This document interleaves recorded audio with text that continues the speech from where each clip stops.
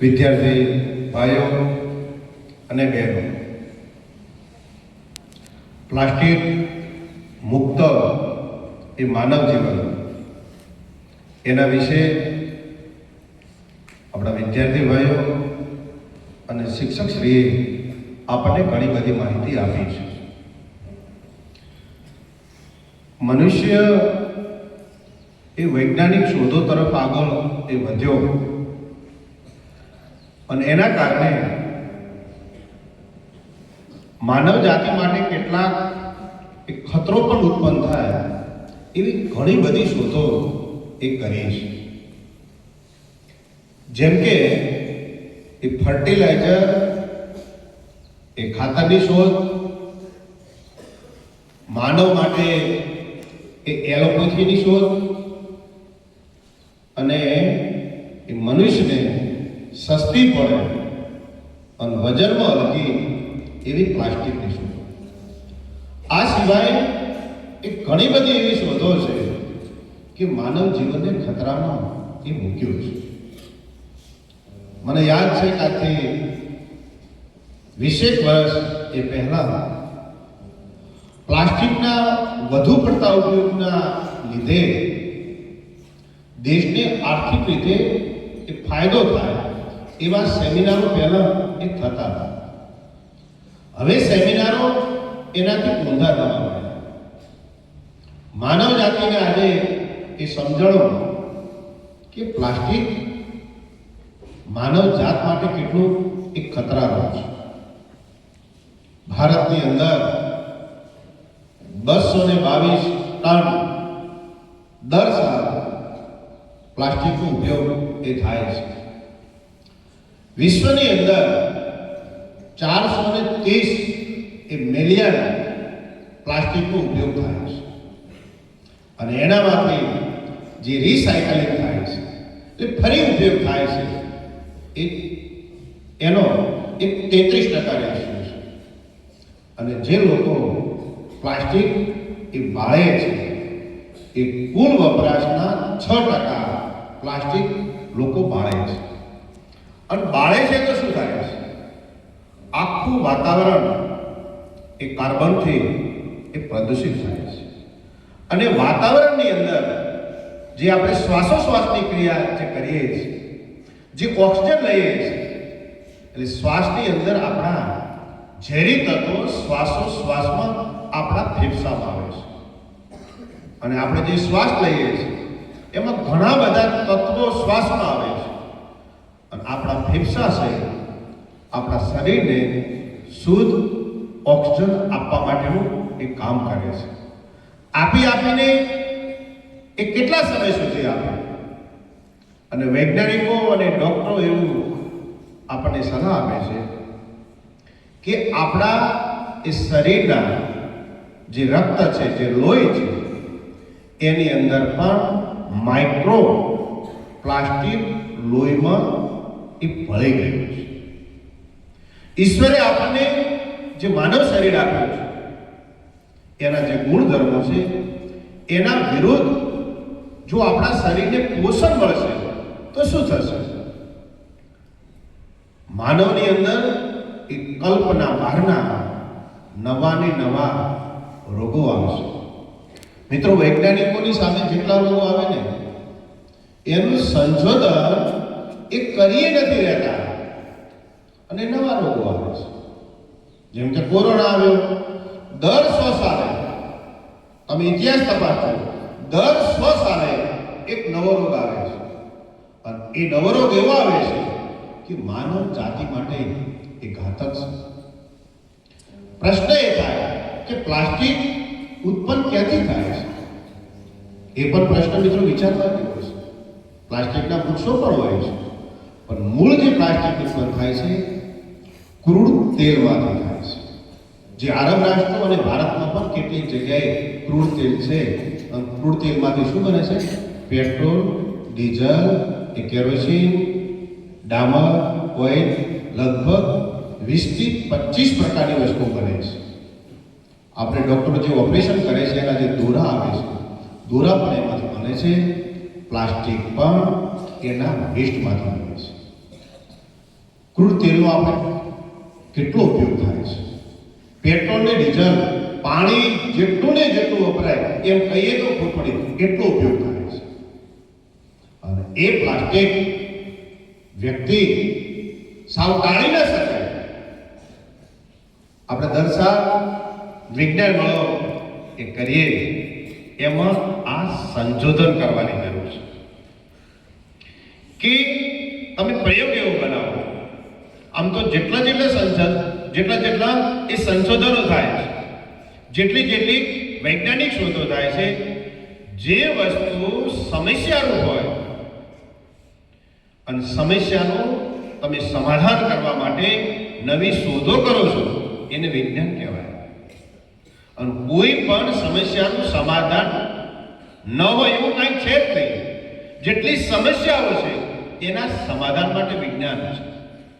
તો આપણે પણ એક વિદ્યાર્થી તરીકે, એક શિક્ષક તરીકે માનવ જાત માટે પ્લાસ્ટિકના અથવામાં શું કરી શકે, અથવા એવું પણ કરી શકાય કે પ્લાસ્ટિકમાં અમુક પ્રકારના દ્રવ્યો અથવા રસાયણો ભેળવી અને એવું પ્લાસ્ટિક પણ બનાવી શકાય કે જે માટીની અંદર ભેળવવામાં આવે તો માટી થઈ જાય. આવા પ્રકારના રિસર્ચો મિત્રો કરી શકાય. મને એક બાબત હમણાં જાણવા મળી છે કે આપણે જે ડાબા ભરીએ છીએ એની અંદર લોખંડનો ઉપયોગ થતો, હવે પ્લાસ્ટિકના સળિયા બનાવવામાં આવે છે. શું બનાવે છે? પ્લાસ્ટિકના એ સળિયા બનાવવામાં છે. અને એ સળિયા એટલા બધા કઠણ હોય છે કે સરકાર હવે એ પુલ બનાવવાની અંદર અને ઢાબા બનાવવાની અંદર પ્લાસ્ટિકના સળિયાનો ઉપયોગ કરે છે. અને એનો ફાયદો એ થાય છે, પ્લાસ્ટિક ક્યારેય સળતું નથી. આની પહેલા વાત કરી, 400-500 વર્ષ સુધી પ્લાસ્ટિક સળતું એ નથી. અને એના કારણે ઢાબાઓની જે ઉંમર છે, જે સ્લેબ ભરે છે એની ઉંમર છે ખૂબ દીર્ઘ થશે, ખૂબ લાંબી થશે. હું એમ કહું કે પ્લાસ્ટિક જે નકામો છે એનો બેસ્ટ ઉપયોગ કર્યો કહેવાય. આને વૈજ્ઞાનિકોની ક્રાંતિ કહેવાય. આવી ઘણી બધી બાબતો છે. જેમ નિલેશભાઈ સાહેબે વાત કરી, આપણા એ પરિવહન મંત્રી નીતિન ગડકરી અમદાવાદના એ નારોલ વિસ્તારની અંદર તમે જુઓ કે પ્લાસ્ટિકનો જે ઢગલો છે ને એ તમને પહાડ લાગે. અને પ્લાસ્ટિક ફેંકવા માટે જે ટ્રકો ઉપર ચડતી હોય તમને નાની લાગે, એટલો પ્લાસ્ટિકનો ઢગલો. અને એમને દિલ્હી બોમ્બે ઇન્ડસ્ટ્રીયલ કોરિડોર એક બની રહ્યો છે. અને એની અંદર પાછું એટલું પ્લાસ્ટિક ના હોય, પ્લાસ્ટિક ભેગો એ કચરો પણ હોય, માટીઓ હોય. રિસાયકલિંગ કરે અને હાઈવે જે બને છે એની અંદર પ્લાસ્ટિક નાખવું છે. અને એના કારણે ફાયદો મિત્રો એ પ્રકારનો થશે કે જમીનનો જે ભેજ છે ને એ હાઈવે સુધી નહીં આવે, એ આવશે નહીં. અને રોડ તોડવાનું કામ શું કરે છે? ભેજ અને પાણી. જે વિસ્તારમાં ભેજનું પ્રમાણ ઘણું હોય જમીનમાં, ત્યાં આગળ હાઈવે એ ટકતો નથી. એટલે એના બે ફાયદા થાય. એક તો પ્લાસ્ટિક કેમ ફેંકવું એનું સમાધાન થઈ ગયું. એટલે ભારતમાં જેટલું વેસ્ટ પ્લાસ્ટિક છે એટલો ઉપયોગ નહીં થઈ શકે, પણ જેટલો થાય એટલો એક નાનો સરખો પણ પ્રયત્ન એ કર્યો છે. એના લીધે પ્લાસ્ટિક એ હાઈવેમાં વપરાશે, હાઈવે પણ મજબૂત બનશે. આ પ્રકારના કામો એ થશે. બધી જે વાતો કરી એના ઉપરની એક વાત કે મનુષ્ય કેવો હોય, જેવા પ્રકારની ભૂમિ હોય એવો મનુષ્ય હોય. જેમ કે આરબ રાષ્ટ્રના તમે લોકો જોવો છો, વેસ્ટ ઇન્ડિઝ કે વગેરેના અથવા જે આફ્રિકન રાષ્ટ્રના, એમની હાઈટ ઘણી ઊંચી હોય અને બ્લેક કલરના હોય.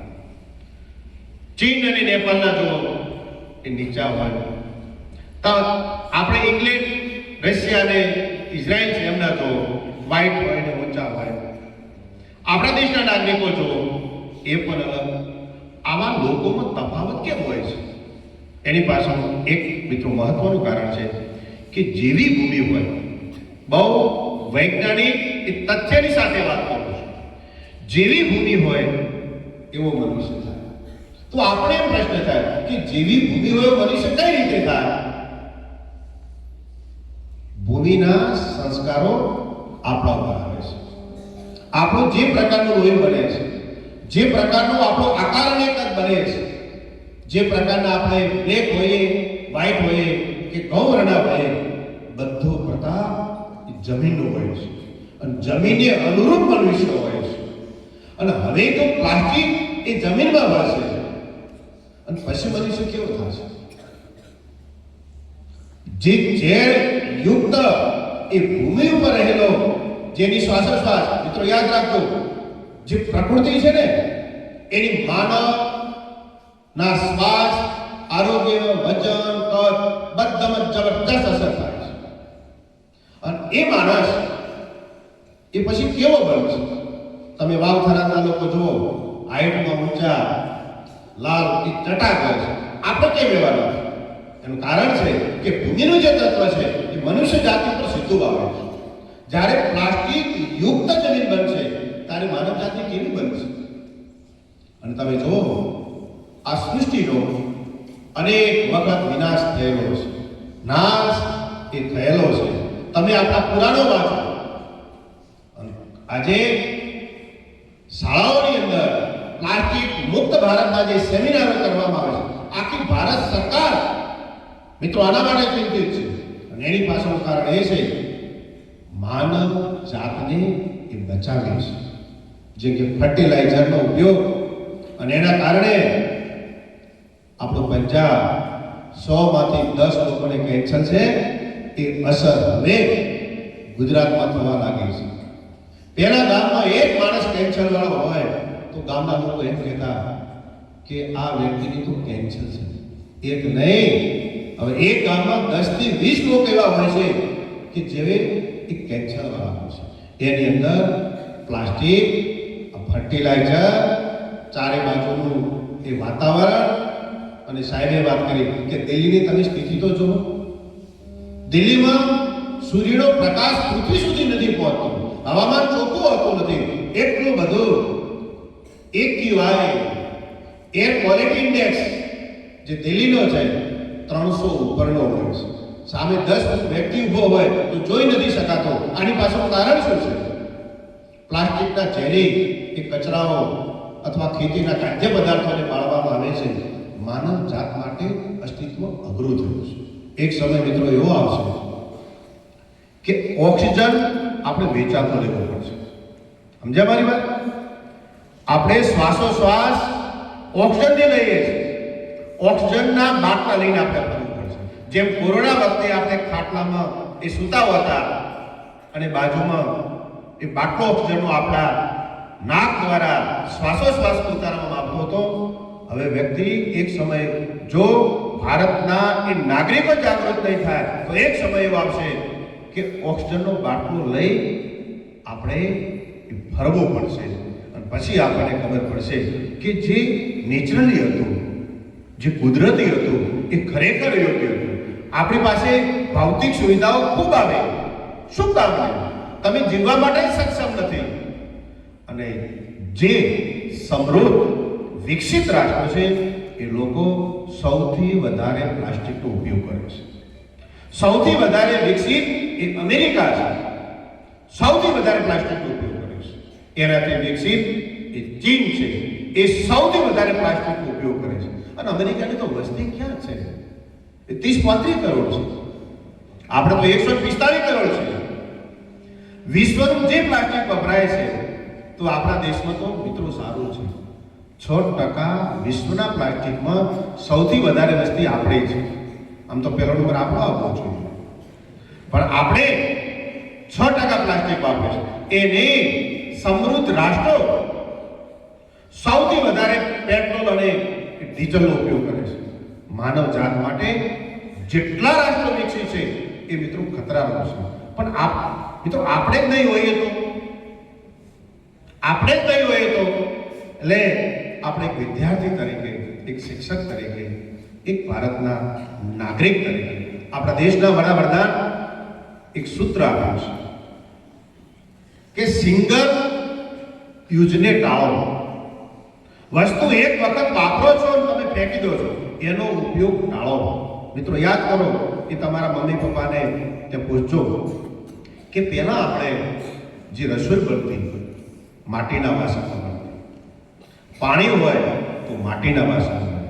પાણી પીવા માટેનો ગ્લાસ કે મોટો નહોતો, એ પ્લાસ્ટિકનું વાસણ હતું. અને પ્લાસ્ટિક જોઈએ એ માટીનું વાસણ હતું. અને માટીના વાસણની અંદર જ્યારે પાણી આવે ને ત્યારે માટીના જે ગુણધર્મો છે ને એ પાણીમાં આવે. અને પાણી એ પછી એ મનુષ્ય પેઢી માટીના જે તત્વો, જો મિત્રો, જેટલા તત્વો આપણા શરીરમાં છે ને એટલા તત્વો માટીમાં છે. એ ચૂનો હોય, એ કોલસો હોય, એ સોનું હોય, તાંબુ હોય અથવા આર્યન હોય, જેટલા તત્વો આ પૃથ્વીમાં છે એટલા તત્વો એ આપણા શરીરમાં છે. તમે જોજો, નાનું બાળક એ માટી ખાય છે, એને પચી જાય. એની પાછળનું કારણ એ છે કે એ તત્વની ઉણપ છે એટલે માટી ખાય છે. એટલે માટીના જે તત્વો છે, જેટલે તત્વો છે એટલું આપણા એ શરીરમાં તત્વો છે. એટલે શ્રીમદ ભગવદ ગીતામાં કહ્યું છે, ક્ષેત્રજ્ઞ એવ છે. આપણું શરીર પણ ખેતર છે. જે પ્રકારના તત્વો છે એ પ્રકારના તત્વો આપણી અંદર છે. એટલે માટીના લોટાની અંદર એ મનુષ્ય પાણી એ પીતો બહુ સ્વાદિષ્ટ લાગતું, બહુ મીઠું લાગતું. અને માટીની કલાડીની અંદર જે રોટલો કે રોટલી બનાવવામાં આવે એ પણ બેસ્ટ બને. અને લાકડાથી, એ ગેસથી નહીં, જે નેચરલી બાબતો છે, યાદ રાખજો મિત્રો. તમે કેટલાક એ હોટલમાં ચા પીવા જાઓ તો ચા પીવા માટીના કપ હોય છે. લોકો 5 રૂપિયા વધારે આપીને પણ પીતા હોય છે. આપણે પ્લાસ્ટિક અથવા કાગળની અંદર જે ચા પીએ છીએ એ પણ નુકસાનકારક છે.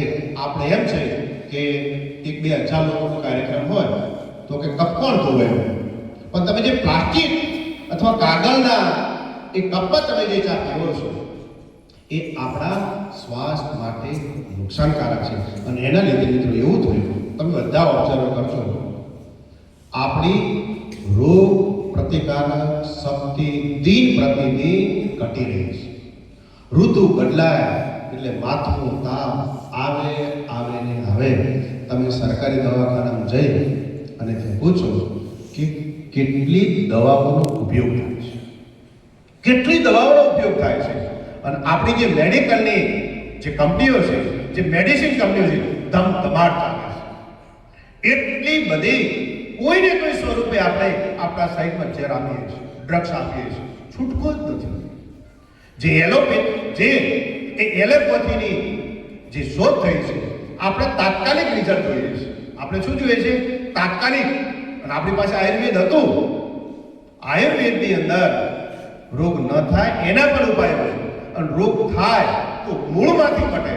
માથું દુખે, આપણે ટેબ્લેટ મિત્રો લઈએ, દુખાવો બંધ કરે છે, પણ જેના કારણે માથું દુખે એ બંધ થતો મિત્રો નથી. આપણે પહેલા એક શિક્ષણ પદ્ધતિ હતી, તમે નેચર, પ્રકૃતિ તરફ પાછા ભાગ. એટલે પ્રકૃતિ દ્વારા આપણે જે બ્રશ કરીએ છીએ એ પણ એ કરંદો કે લીમડાનો હોય તો દાંતી કે મજબૂતી પણ વધે. અને આપણા મોંની અંદર જે જીવાણુઓ હોય એનો પણ નાશ કરે. બધી બાબતો, એક બાબત નહીં, પ્લાસ્ટિક નહીં, પણ જેટલું બને એટલું નેચરલી ઉપયોગ કરો. એનાથી એક બીજો ઉપાય આપો કે તમે, આપણે બૂટ ચપ્પલ બધા પહેરીએ છીએ, પણ 2-5 મિનિટ માટે આપણે બધા બૂટ ચપ્પલ પહેર્યા વગર તમે જમીન ઉપર ચાલો. અને એની એટલી બધી અસર છે કે જમીનના જે ગુણધર્મો છે, આપણી એ પગની અંદર જે કી આવેલી છે એ કી એક્ટિવ થાય છે. આપણી રોગ પ્રતિકારક શક્તિ પણ વધતી હોય છે. બૂટ અને ચંપલ પહેરી 24 કલાક મિત્રો ચાલવું એવું ન હોય. ક્યારેક તમે પાણીમાં પણ થોડા ઘણા ચાલો, એ જમીન ઉપર પણ મિત્રો ચાલો. એના જે ગુણધર્મો છે એ તમારામાં આવશે, આપણી બોડીને એક્ટિવ રાખશે. આ બધું મિત્રો નેચરલી છે. અને આપણે બધાએ જે કુદરતનું જે મૂળભૂત છે એના તરફ આપણે વધવાનો પ્રયત્ન કરવો જોઈએ. બધા વિદ્યાર્થીઓએ પ્લાસ્ટિક મુક્ત ભારતની એ ઘણી બધી વાતો કરી. અસ્તુ. જય હિન્દ, જય ભારત.